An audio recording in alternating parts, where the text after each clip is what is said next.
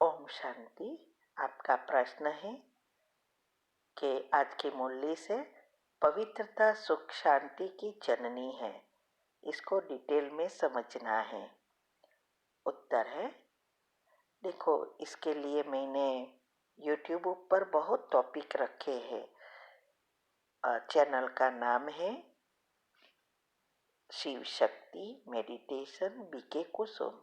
फिर सब्सक्राइब करेंगे और प्लेलिस्ट में जाएंगे तो आपको स्पेशल टॉपिक में भी मिलेंगे और क्वेश्चन आंसर में भी बहुत सारे राज के साथ रखा है, तो वो भी सुनना तो और अच्छी रीति समझ में आ जाएगा।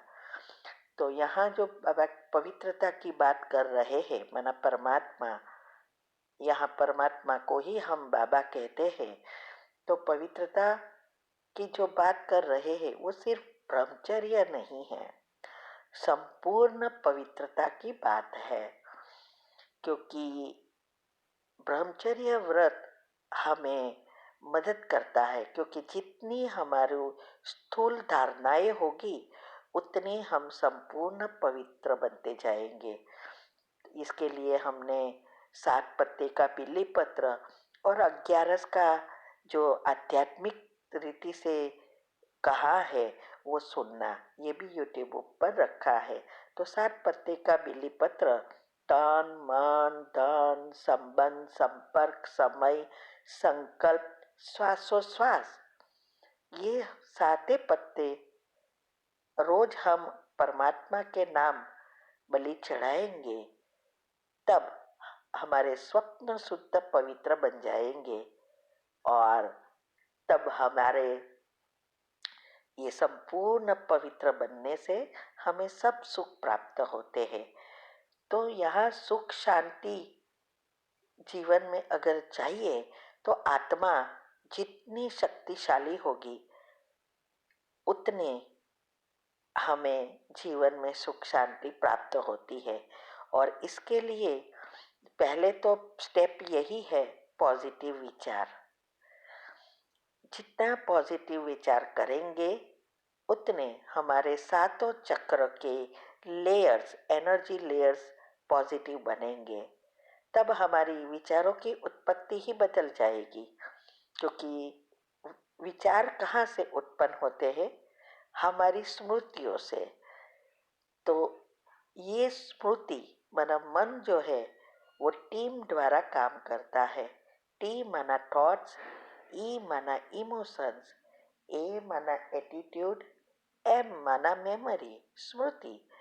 तो जो हम विचार करते हैं वैसी ही भावनाएं उत्पन्न होती है, हमारा व्यक्तित्व या संस्कार बनते जाते हैं, स्मृति बनती जाती है और उसमें से विचार ना चाहते भी आते रहते हैं।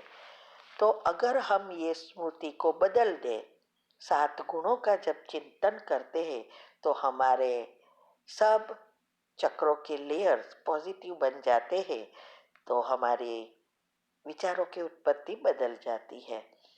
तो इससे ही हमें सुख शांति स्वस्थता सब मिलती है। दुनिया में सब लोग आज ढूंढ रहे हैं सुख शांति चाहिए, लेकिन क्या ढूंढते हैं? बाहर।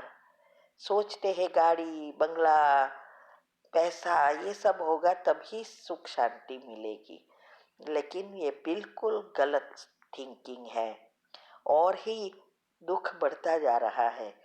सबका कहना यही होता है, सब कुछ है लेकिन सुख शांति नहीं है। तो इसका कारण यही है कि अंदर से खोखले हो गए हैं। तो अंदर से जब हम भरपूर होते हैं तो उसका ही रिफ्लेक्शन बाहर आता है, यही हमारा भाग्य बनता है।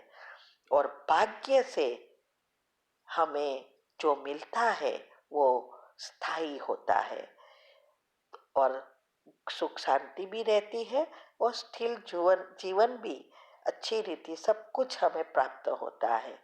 इसीलिए कहा गया है पवित्रता ही सुख शांति की जननी है।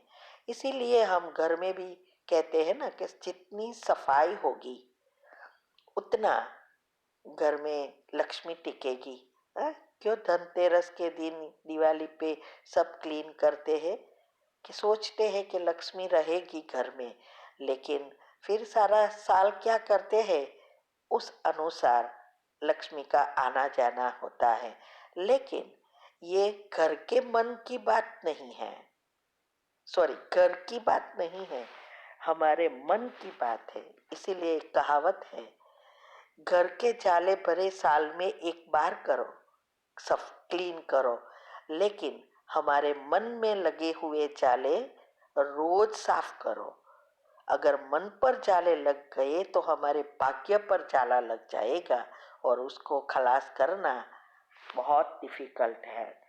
तो ये मन का जाला साफ करना अर्थात हमारे विचारों में शुद्धि। तो ये पवित्रता जब हमें होगी तो हमारा जीवन और शरीर दोनों का। ठीक है। ओम शांति। आपका प्रश्न है, घर के वास्तु का हम पर इफेक्ट पड़ता है। योग करते हैं, बाबा को याद करते हैं, पर अभी भी घर पर बच्चों को लेकर बहुत पेपर्स आते हैं, उनको हम अच्छी तरह संभाल नहीं पाते।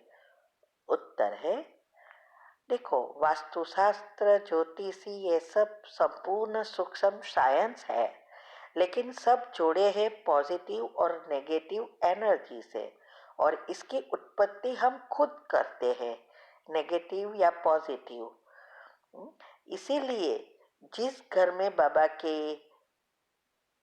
योग लगता हो, पॉजिटिविटी अच्छी है, उस घर सदा भरपूर रहता है, एनर्जी से भरपूर है, उसको कोई वास्तु दोष नहीं लगता। फिर भी ये जो भी आपको बच्चों से पेपर आते हैं, वो आपका हिसाब किताब है, इससे वास्तु से लेन देन कोई चीज नहीं है। इसके लिए बाबा ने हमें बताया कि कैसे हम परमात्मा से शक्ति लेकर उसको खत्म कर सकते हैं। इसीलिए आप अगर अच्छी रीति योग कर रहे हैं तो आपकी घर की एनर्जी और फ्रीक्वेंसी इतनी बढ़ जाएगी, जो आप जैसे चाहो वैसे घर का वातावरण बना सकते हो। ओम शांति। का प्रश्न है, घर के वास्तु का हम पर इफेक्ट पड़ता है। योग करते हैं, बाबा को याद करते हैं, पर अभी भी घर पर बच्चों को लेकर बहुत पेपर्स आते हैं, उनको हम अच्छी तरह संभाल नहीं पाते।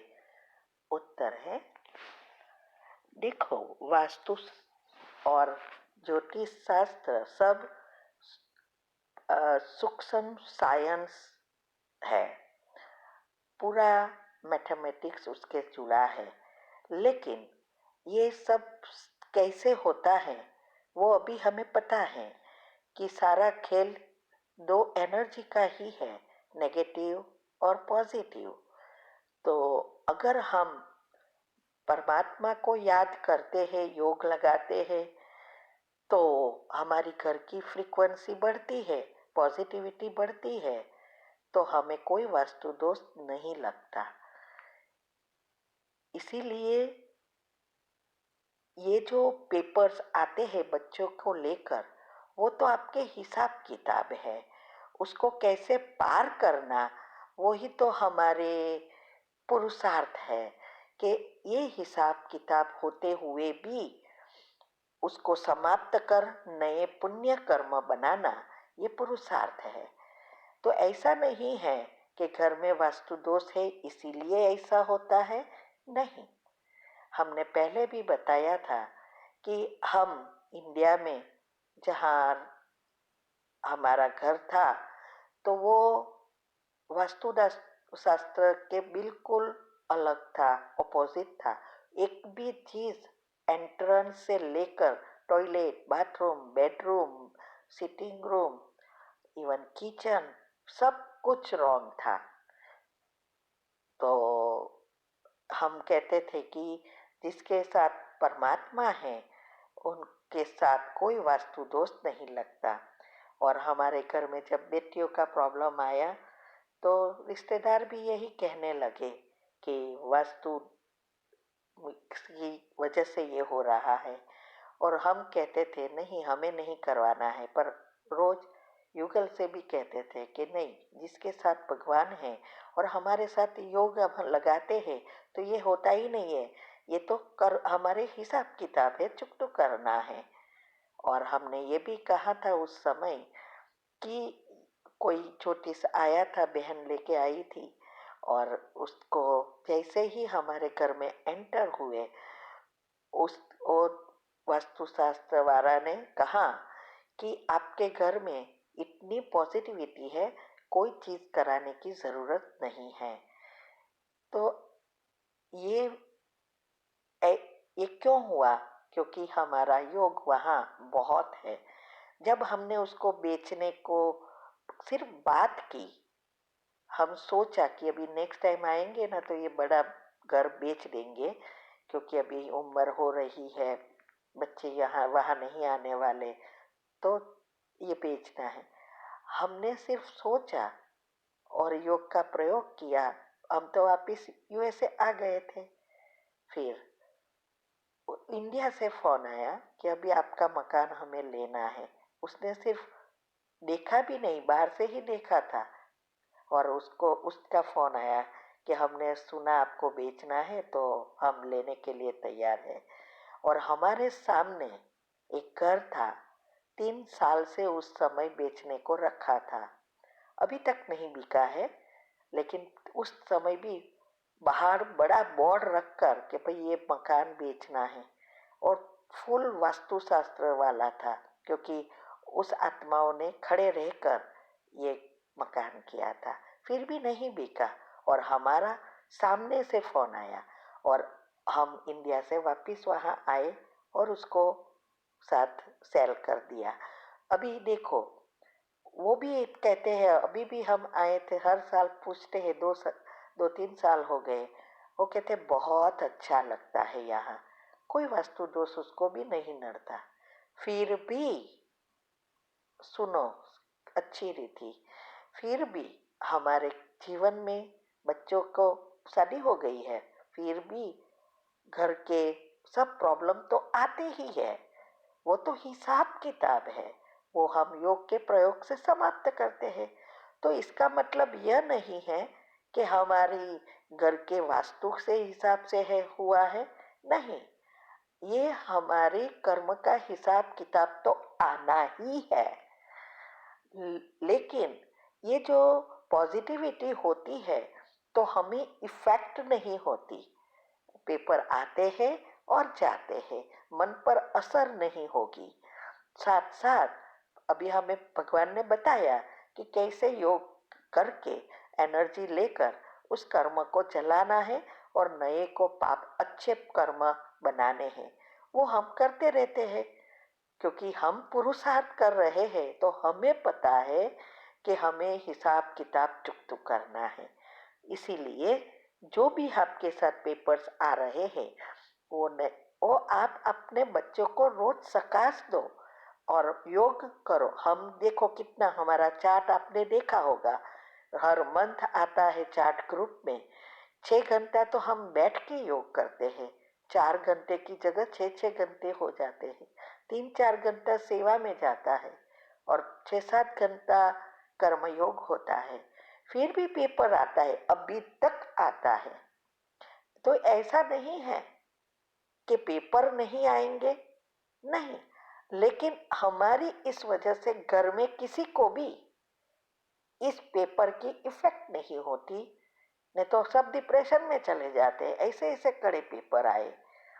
तो ये पॉजिटिविटी से ये होता है और नए अच्छे कर्म बनाते हैं। तो इस चक्कर में नहीं पड़ना है। आप आपका योग लगाकर इस बच्चों को सकाश दो, हिसाब किताब टुक करो, क्षमा की कमेंट्री रोज करो, क्योंकि बच्चे के साथ भी पेपर्स है तो माफी मन से मांगनी है और उसके साथ चुकटू करो हिसाब किताब, ठीक है। ओम शांति। आपका प्रश्न है कि ये आपने पूछा है कि मुरली में आया था कि जो नई आत्माएं आती है उस सिद्धियाँ उसके द्वारा प्राप्त होती है, और लेकिन पवित्रता के कारण ये अल्पकाल की सिद्धि प्राप्त होती है। तो उन आत्माओं के लिए बाबा ने गोल्डन एजेड शब्द क्यों कहा? क्योंकि गोल्डन एजेड में तो सिर्फ बाबा के बच्चे जाते हैं, वो अल्पकाल की सिद्धि वाले नहीं जाते हैं। उत्तर है, देखो, बाबा ये कहना चाहते हैं कि ये जो भी आत्माएं परमधाम से जब आती है तो वो गोल्डन एजेड माना सतो प्रधान है, क्योंकि उसके कोई हिसाब किताब नहीं होता है, तो इसीलिए गोल्डन एजेड कहते हैं। लेकिन गोल्डन एजेड का अर्थ ये नहीं कि स्वर्ग में जाने वाले हैं। हम बच्चे जो है, जो पुरुषार्थ करते हैं, वो संपूर्ण पवित्र बनते हैं, इसीलिए गोल्डन एज में जाते हैं और लंबा समय स्थायी सुख भोगते हैं, और इतना भरते हैं कि 5,000 साल चलता है। और जो अभी अल्पकाल वाले जो है, माना जो नई नई आत्माएं हैं, वो जब परमधाम से आती है तो वो सतो गुणी होने के कारण उसको संपूर्ण सुख है, एक भी दुख नहीं होता। लेकिन सारा वातावरण नेगेटिव है, तो उस पर जल्दी जल्दी असर होती है और जल्दी ये सतो से रजो तमो में आ जाता है, क्योंकि पवित्रता से अपवित्र बन जाते हैं। इसीलिए अल्पकाल की सिद्धि दे सकते हैं,